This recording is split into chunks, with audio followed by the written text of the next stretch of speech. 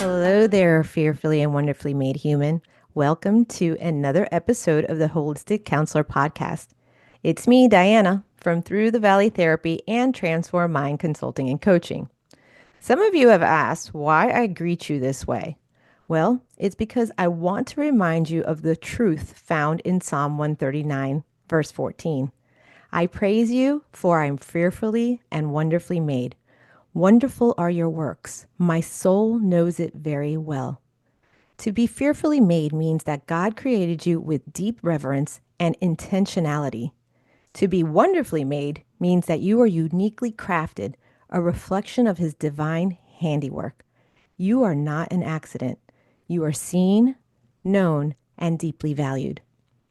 I encourage you to open your Bible and read the entire psalm, especially verses 23 and 24. Search me, O God, and know my heart. Try me and know my thoughts, and see if there be any grievous way in me, and lead me in the way of everlasting. Take time to be still in the presence of God and ask the Lord what needs to change. Let him search your heart and reveal the areas he wants to refine in you. So, on that note, let me introduce today's guest. Meet Rosaura Hincapie. I met her through the Christian Mental Health Professionals of Florida, a group that started right here in Broward County. I love connecting with professionals whose stories intrigue me, and Rosaura is no exception. With 14 years of experience in the counseling field, she offers mental health services that prioritize understanding, personal growth, and healing.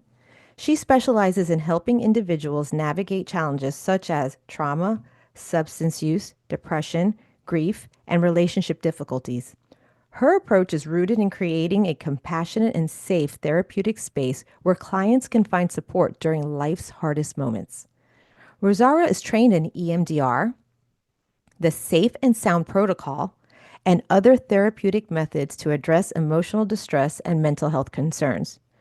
A deep believer in the transformative power of faith, she integrates spirituality into the counseling process, recognizing it is a vital component of healing and change. So I'm excited for you to meet her. Thanks for being here, Rosa. Hi, how are Hi. you? So nice to see you. Yes, yes. You Mhm. know what I realized? I didn't say what your license is in. Are you an LMFT, LMHC, LCSW? Which one are you? Licensed mental health counselor. Okay, Mhm. LMHC. Yeah, All right, cool. What school I did you know. go to? Sometimes I went to Palm Beach Atlantic University, Ah. and I see like people put like you have to really talk about what those words mean because I feel that it speaks a lot about like what is your specialty, what is your training. But yeah, mostly master's degree, license, and then focus more so on faith and mental health issues. Okay, great. And PBA, I know Palm Beach Atlantic. Palm Actually, Beach Atlantic. I was there, but not as a student. I was actually there because I was the um, casting director for the short films. Isn't that weird? Right. You do. I mean, I can see that. I can absolutely see that. That's awesome. Oh man. Plus, I think that it's such a small culture. Like you meet so many people that work or finish their graduate program in PBA. And so it's like it's nice to have that, you Yeah, feel it's a nice connected somehow. campus. Yes. I love it. I love it. Did you live on campus or were you a commuter? No, I was a commuter. Oh, Yeah. okay. Yeah, it's a great. I love that little. I mean, I don't know about the as a student, but Yes. it's such a pretty little campus that it's hidden. Like nobody knows about it and it's like a really nice small school if you're looking Yeah. into that. Some people like the And big it's colleges. beautiful, actually. It's amazing. Actually, my best friend, Letty, which I know you know, I think that we can talk Cardoza. about. Yes, we Yes. met through because I live in Boca and she was living southern, so we had to commute. And so that Okay. was a great thing. We strengthened our bond through the commute. It was a great All thing. right. Wow. All right. So I want to know what led you to specialize in PTSD, polyvagal theory, and nervous system healing? It's very, I don't think that I chose that. It almost feels like, you know how sometimes you just feel and you gravitate towards specific areas. I think that very young, I always connected with, for example, teens of parents that were using alcohol or other substances. And so I started doing groups with teens as I was a teen too. I kind of delved into this path, not really aware of what I was choosing. And so the more that I grew, I think that it almost something that felt that I felt called to, I guess. Mhm. Yeah. Can I ask you where you're from? I'm from Colombia, Oh, wow. What South part? America. hmm What part of Colombia? Cartagena, which is kind of like the coast, the Caribbean part of it. Yeah, yeah. Did I know that you were Colombian? Maybe we had that conversation. Yeah. I meet so many people.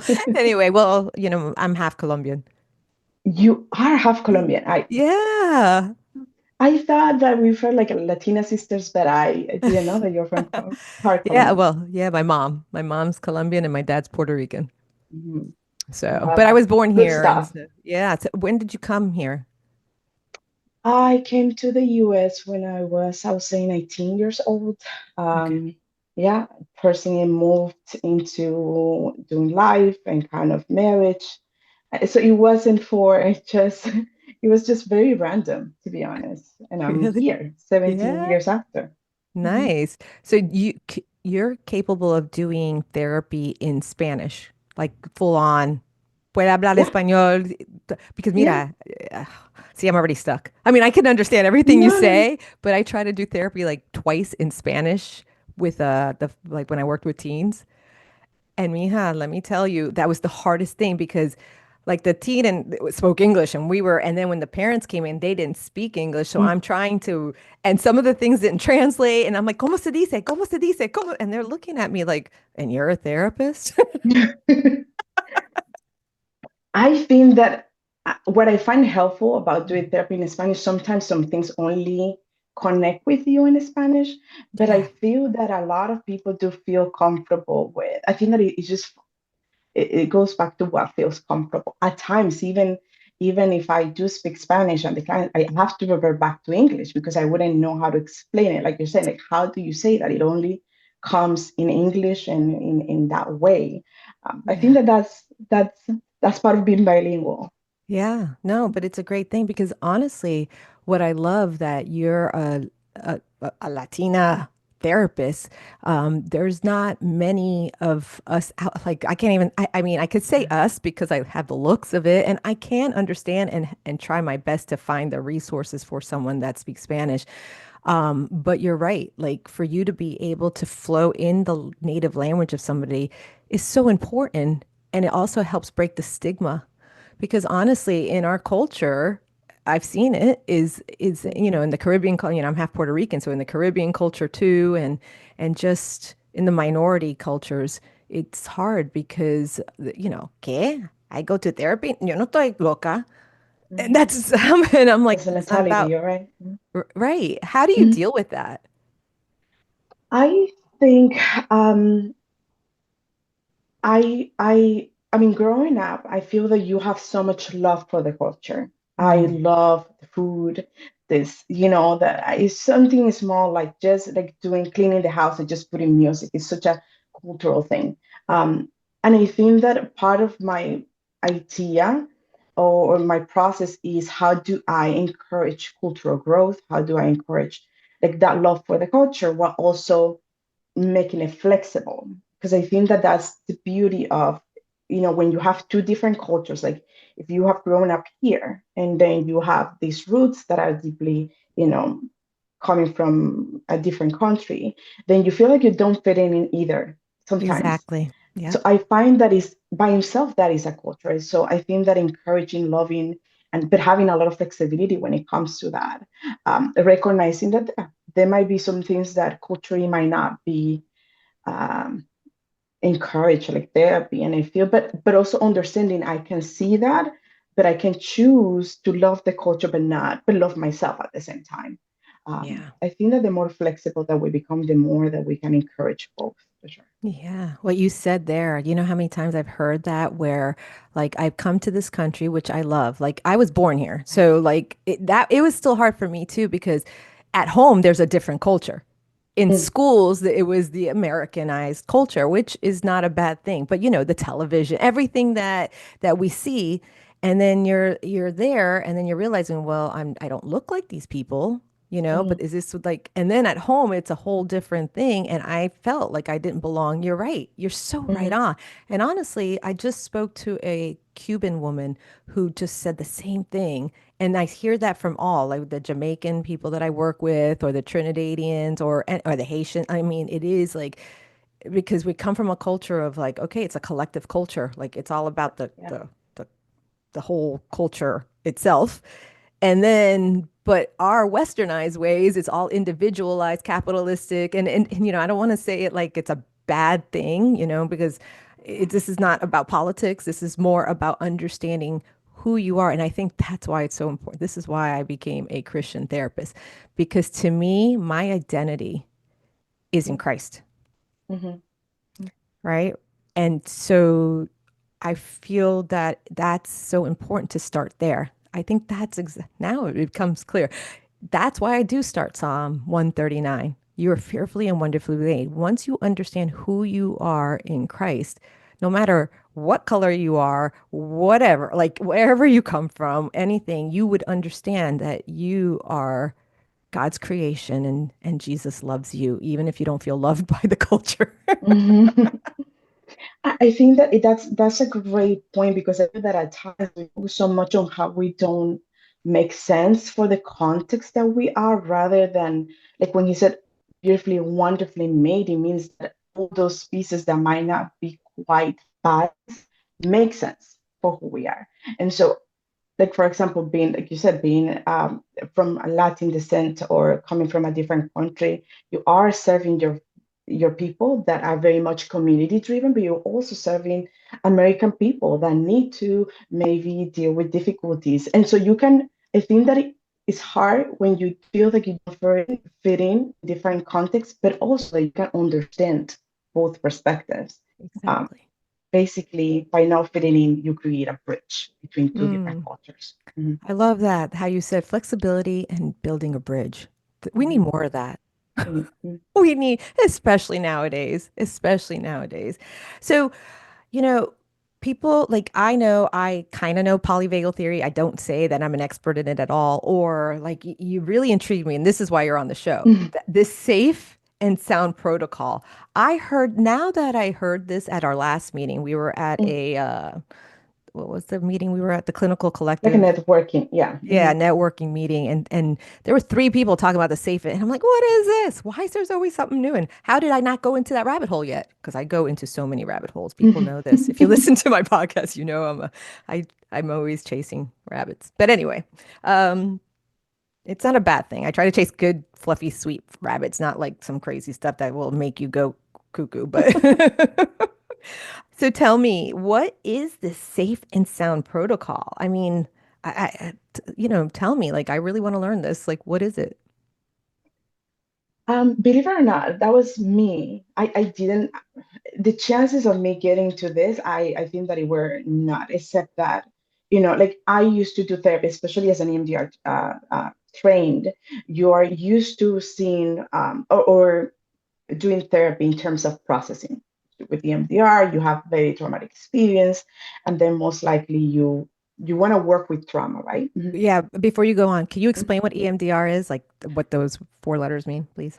EMDR is eye movement desensitization reprocessing. And what that means is that we use eye movement to help process distressing events, distressing event core beliefs, distressing stages.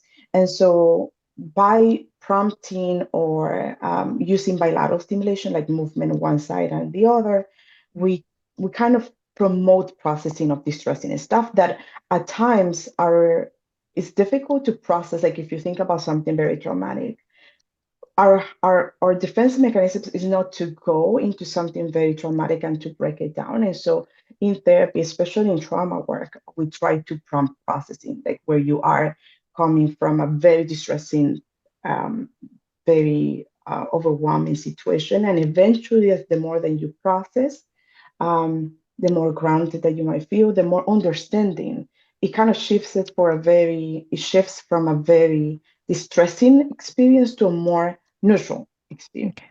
Right. Um, so I think that that's when it comes to trauma work, that's mostly what we try to do, right? To Hmm. help clients go from very distressing stages to more calm stage by processing, creating narrative that really prompt healing. And that was my perspective for the majority of my training. But 3 years ago, I started to experience a lot of very distressing stuff, like going through, like my personal life kind of Hmm. shifted. There was a lot of changes. And so I started, no, I started, I was doing therapy before, but I restart therapy.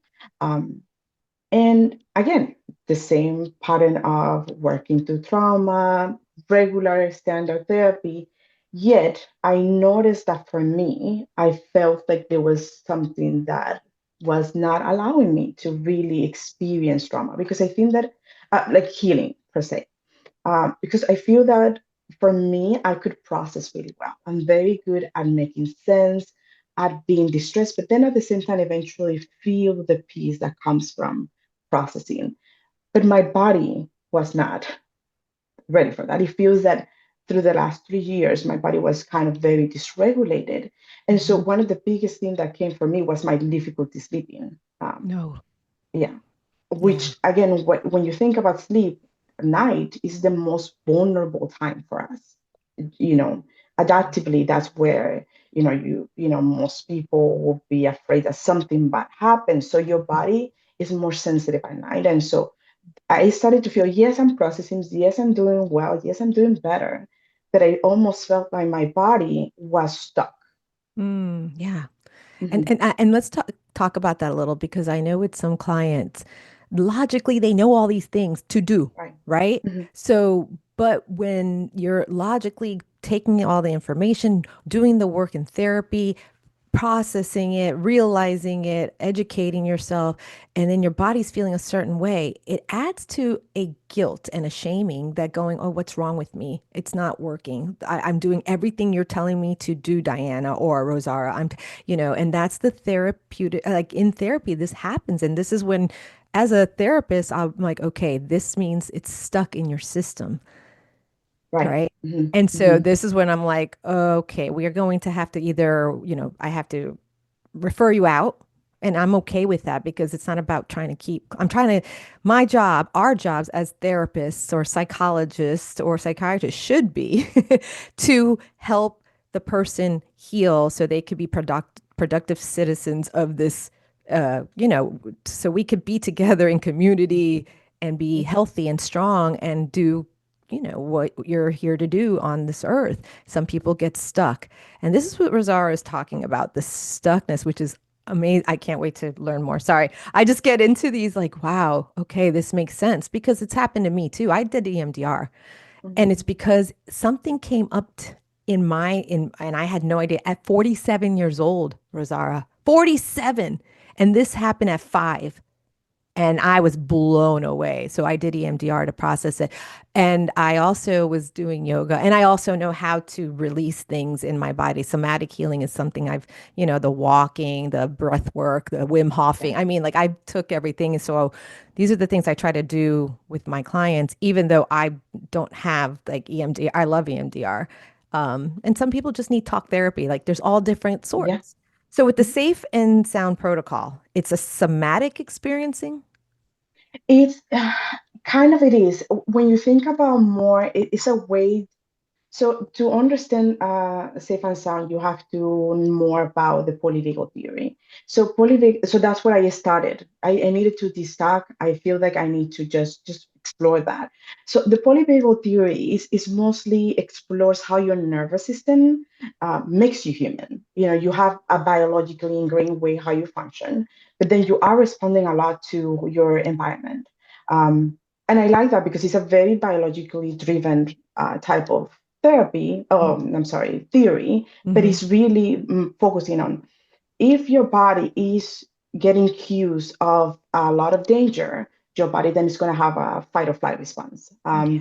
It's going to be dysregulated. You have the sympathetic system and the parasympathetic system, nervous system. And so with the sympathetic system, you have that fight or flight response, that activation, that stressor, and then if your body doesn't know how to stop, to regulate, and when we're young, it's easier to do that. As we age, I find that it's harder to get back to that calm state, I guess. And so polyvagal theory explores that there are different levels, and understanding how we are functioning is helpful because we are acknowledging how our nervous system is. So we have the, fight or flight response is very heightened. It's a lot of activation. That's what you call it.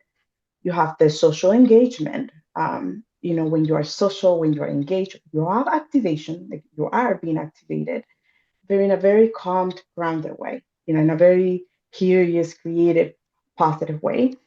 But then also, like when you think about fight or flight response, when you're trying to fight something that is very distressing, there is a point where you know that you lost that battle, right?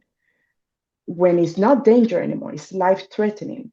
And so there is that level, it's like shut down. And so this Mm. is the lowest kind of not lowest activation, and it is more so dissociation when you experience a lot of dissociative stages. It's like that prey that was running and running and running, and it got tired. So basically, the only option is playing dead. Basically, that Mm. is the type of lack of arousal and lack of functioning that we're talking about. Right. And so, safe and sound. Part of the polyvagal theory explains that prompting or activating your vagus nerve helps, whether it is to lower that Mm-hmm. arousal, meaning getting you out of that fight or flight responses, or to activate you more into this middle perspective where you're socially engaged. And so the purpose of polyvagal in general is to keep us in this window of tolerance. So our body, our nervous system learns that it cannot stay very heightened all the time or shut down. Right. But there's a positive window where you can socially engage. And When it's called we're the window of tolerance. Is that what window you of said tolerance, you called it? right? Okay. Mhm. All right. So it's co-regulation. It's me. I'm co-regulating. I'm prompting. I'm creating a very safe environment where we are sharing and being vulnerable. And this is what we want. And so the safe and sound protocol, it's very clinically, but what it does is music. It's kind of music therapy because the vagus nerve has connections with your ears. So Right. there's very sounds, a lot of different sounds that prompt that feeling of calmness, that activate your vagus nerve. And so safe and sound protocol is just music that has a lot of positive, a lot of like calming sounds Mm. that K- activates your vagus nerve.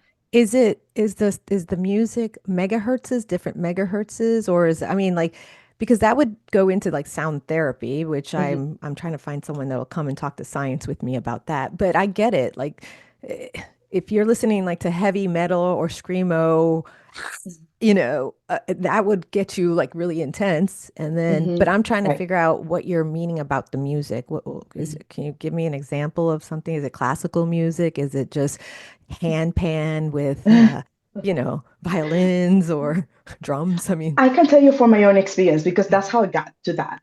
It was okay. my own personal curiosity. So I said, Hmm. I'm going to do it. It just might as well.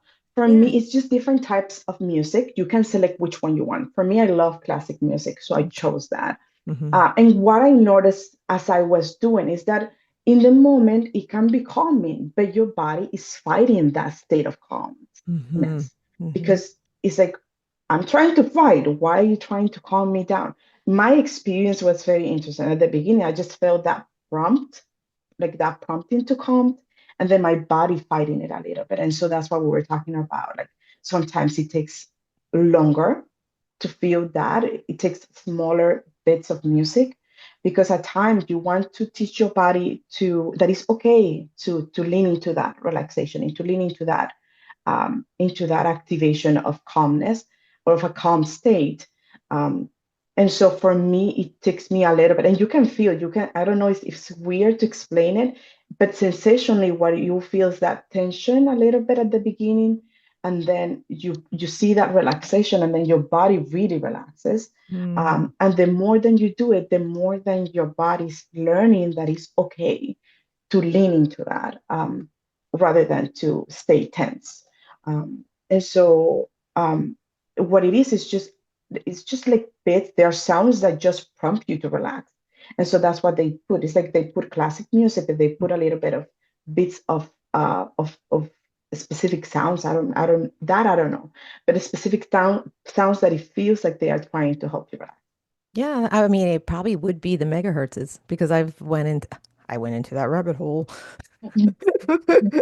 So for a little while, and then I specifically will get, okay, let's see, oh gosh, what was it? The 400 and something megahertz that will actually is, I mean, and then there's people that will name each one like, oh, this is the angel sound or whatever, but I don't go into that area because I want to know exactly what it does to the body. And I mean, that makes a lot of sense, like massage or Yes. back to the polyvagal. I mean, we're going to go back to safe and sound, but Yeah. polyvagal, I learned a treatment like where you put your and you do this behind the ear when I start feeling dysregulated, just Yeah. because I've had childhood PTSD and stuff like that. So I had to learn these tools in order to because our clients are only with us once a week and they don't want to be with Yeah. us forever because they might not have the money, or it's just like that's not the purpose. Like you want to get better. It's like if you had a doctor,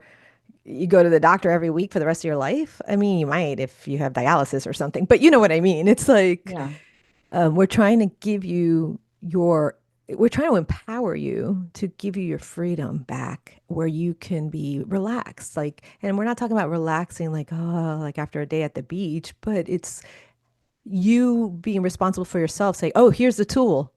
Okay, let me put Right. the music on. Let me do the exercises. So the polyvagal, can you explain where the vagus nerve is? And so, I again biologically, it's easier to say if I have like a drawing, but I think that it's a part of your brain, a part of your nervous system, I guess it's better yeah. to call it, that is stimulated by different things, and it's just when it's activated, then your parasympathetic system, nervous system gets activated. So it calms. It's like one little center that extrapolates to different areas of your Hmm. body. So it Right. reduces your heart rate. It can, like maybe calm down your digestive system, which when people experience anxiety, there's a lot of digestive issues. So it's kind of a center that extends to a different parts of your body. And so, for example, when we're talking about different ways to activate that, a lot of people do cold plunges. For some I reason, do. those, yeah, that is activating your vagus nerve. Um, Right. Humming, because it is Yep. in the back, so I guess it will be closer to here. It's in the back of your So vocal cords. right. So the nerve goes from like the brain stem, what you're talking about, all like behind the ears, all the way over Yeah. here and all the way into the gut. And that's why the gut and brain connection is together.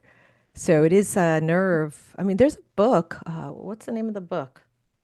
Deb Dana is the one book that I'm thinking of. But what's like the main book that everybody learns about the The body polyvagal? keeps the score. No, that one, yeah, but the one about polyvagal. Do you know? Yes. I think that is polyvagal theory. Oh, and that's all it's called? Okay, that's what it's Mhm. called, guys. The Yes. polyvagal theory. Mhm. But I know there was one Deb Dana Deep written down. one too. Yeah. And so I think that's important. Like, listener, like this is why I do the show. So then you get a tool, and even if you can't afford therapy, because not everybody can, and honestly, in community mental health, I don't know how much they're teaching other theories that help. I don't know. I haven't been in community mental health in a long time, but like learn. Go to a YouTube and learn about what do they mean about polyvagal theory and look at it and or listen to other podcasts because you can look up polyvagal theory in Apple and you'll get a whole bunch of different ones. So, that state of shutdown, what are some everyday signs and what kinds of, like that that the nervous system is dysregulated? I think that sleep is one of the biggest ones, just because I feel that, believe it or not, when we go to sleep, I feel that there's a lot of different processings that take place. And so, if our body is feeling very dysregulated, it's very hard to settle. So, for me, I think that it's very different for a lot of people. Like, wow, depending on the type of dysregulation. If you're in a fight or flight response, or in the what you call the sympathetic hyperarousal, there's fight, so there's a lot of anxiety, there's a lot of shakiness, hypervigilance. This is more the PTSD symptoms: Yeah. hypervigilance, anxiety, provocation, rumination.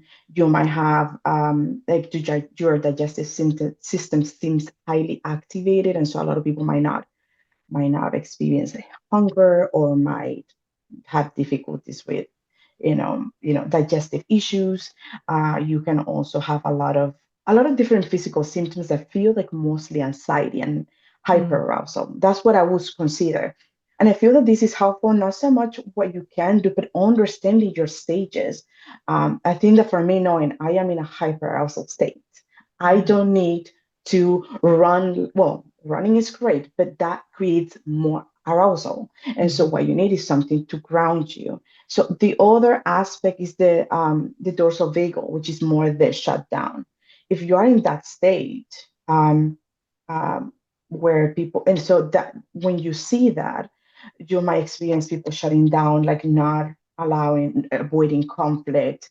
You might experience people just going to sleep too much, Mm, um, uh, maybe overeating, or not eating at all.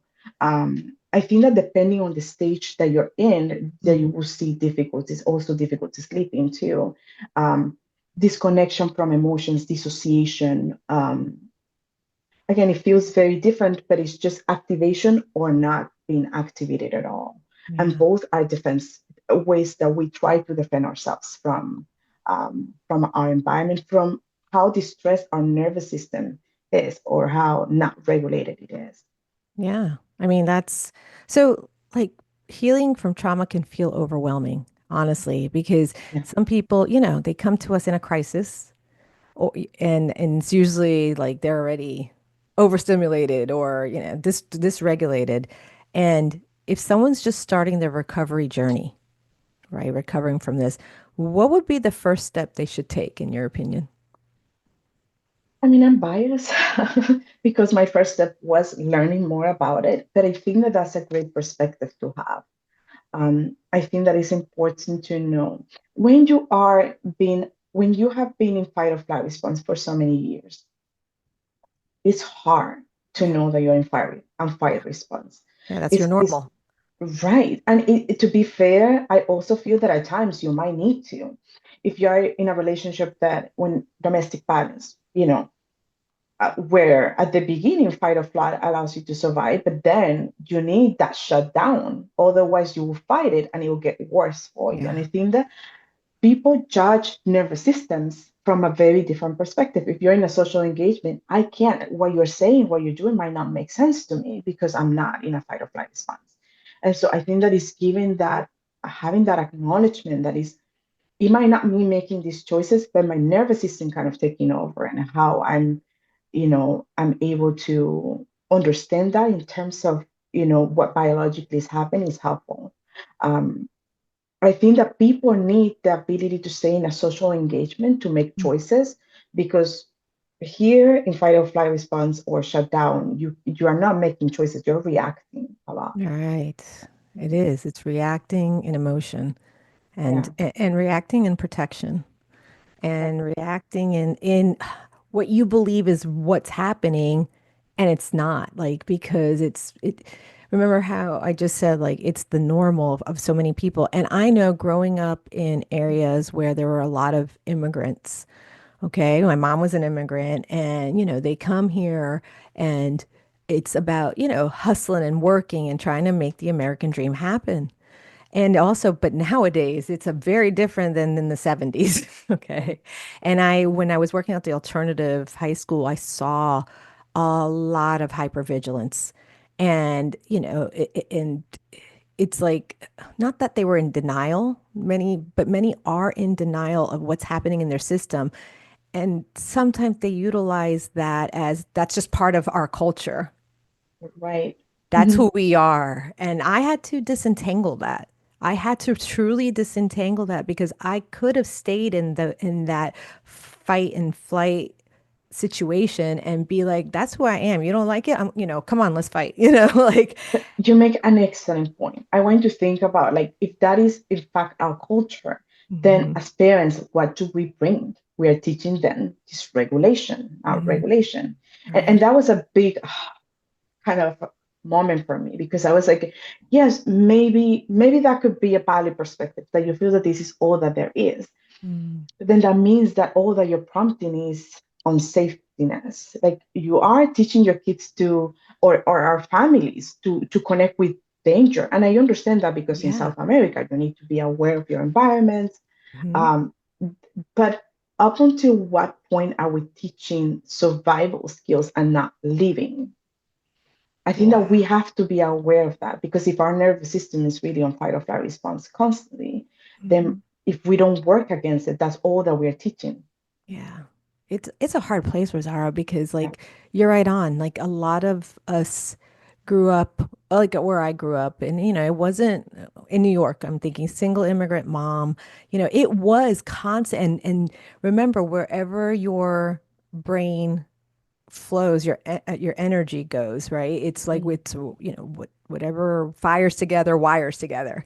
And so when I was Yes. little, I mean, it was, and I know now that she meant well when my mom was telling me things that an 8-year-old should not know, but it's a hard place for us because we Yeah. want to protect, and especially if we're not being raised with a lot of resources and safety. I mean, if you're living in a neighborhood where there's gunshots every day or, a lot of fighting, or even in the school system that I saw is just like, you're either going, this is what my mom used to say. It's like, oh yeah, mija, you're tiny. Like, you either gotta fight or they're gonna eat you up alive. Hmm. So toughen Right. up, toughen up, toughen up.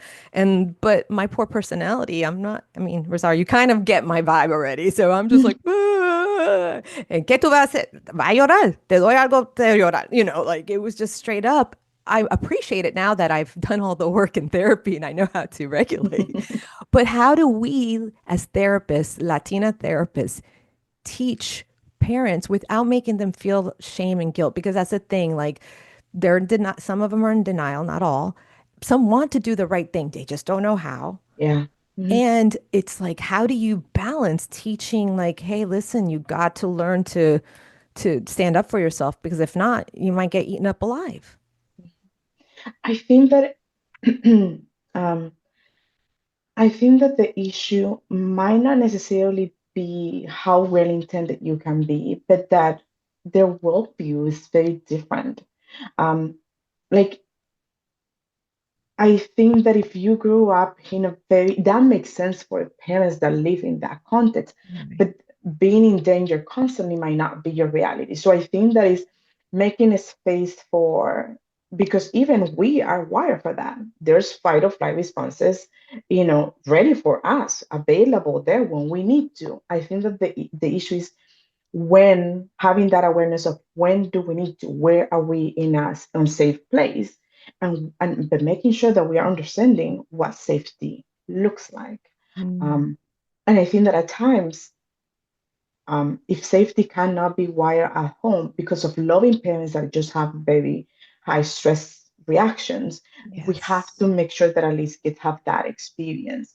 And I feel that part of it is, it's our responsibility to provide both, to prepare them for the world that we live in, but at the same time, to teach them what safety looks like so they know the difference. We know when to fight and flight, and we know when to regulate and connection. I also think that one of the other aspects of polyvagal therapy that I love is the notion of co regulation. We are wired to regulate together. Even as a therapist, we do safe and sound, but my job is to help them.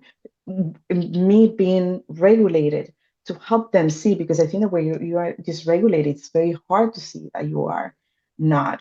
in a Right. social engagement perspective. And so I think that it's hard because it requires a lot of work, but I think that it's worth as parents to know what teaching regulation looks like, and it can be done by creating those moments where we are fully engaged with our Hmm. kids, or in different relationships, because I think that that's also in therapy, Yeah. in couples therapy, that happens too. If you Hmm. don't feel safe and you cannot co-regulate together, then Right. you are constantly fighting.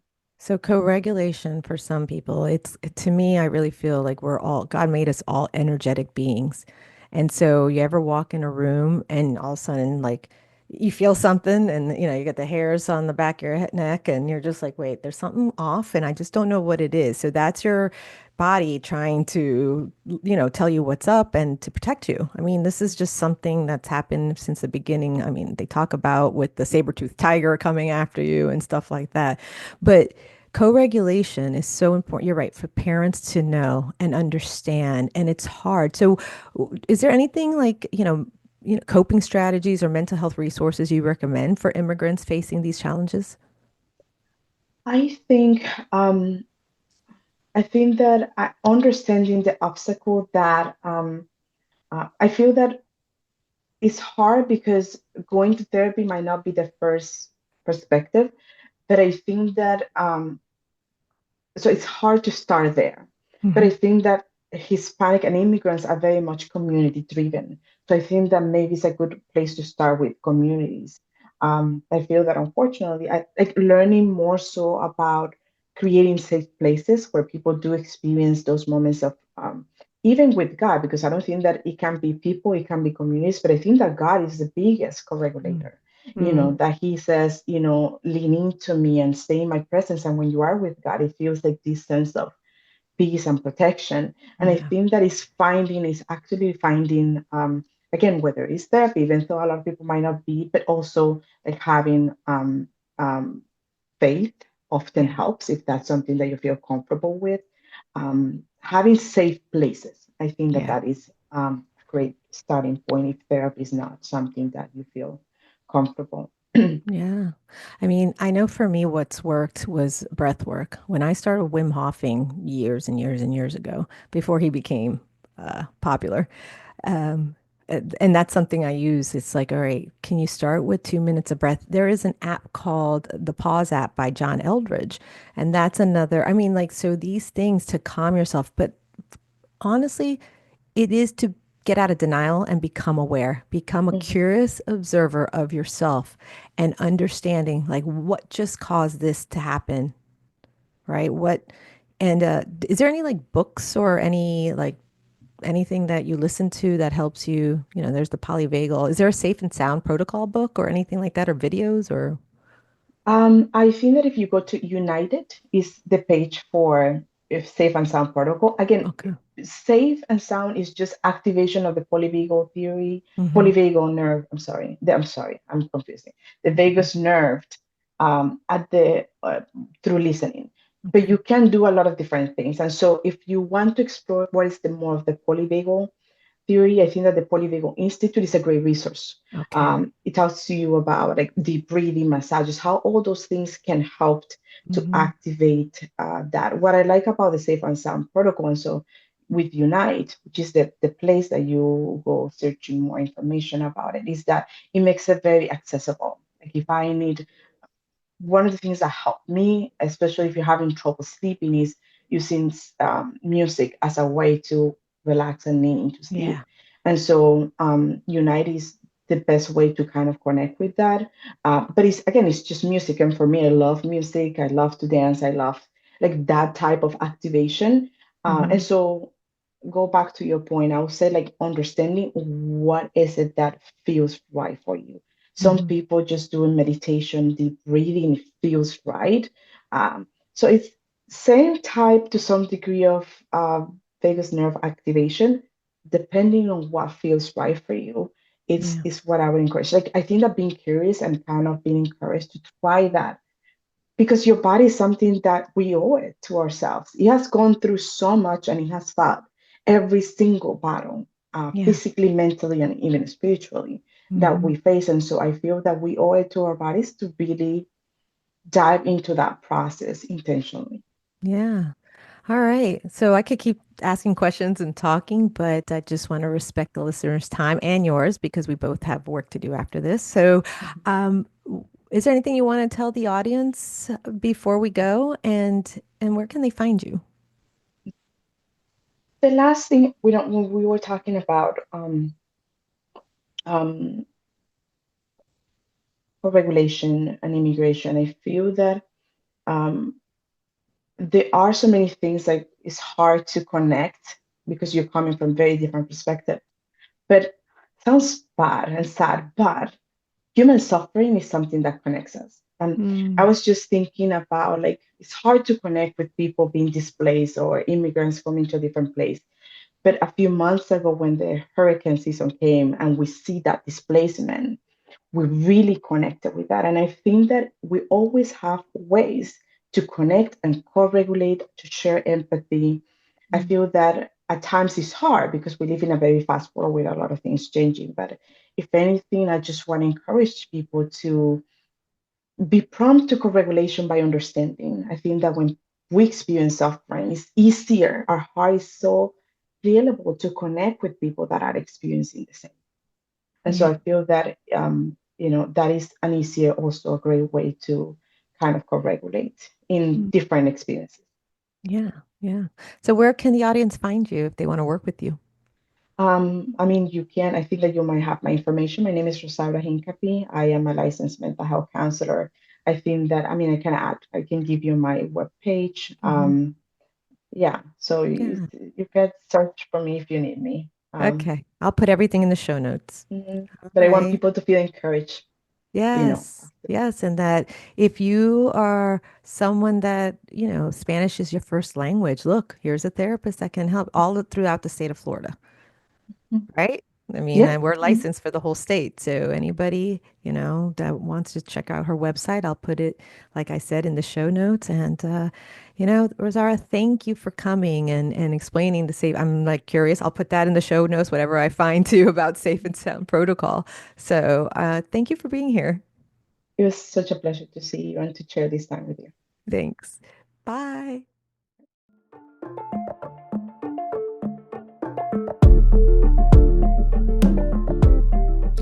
And now for the disclaimer to make sure you understand that you are responsible for you. The content provided on the Holistic Counselor podcast is for entertainment and informational purposes only and is not intended as a substitute for professional medical advice, diagnosis, or treatment.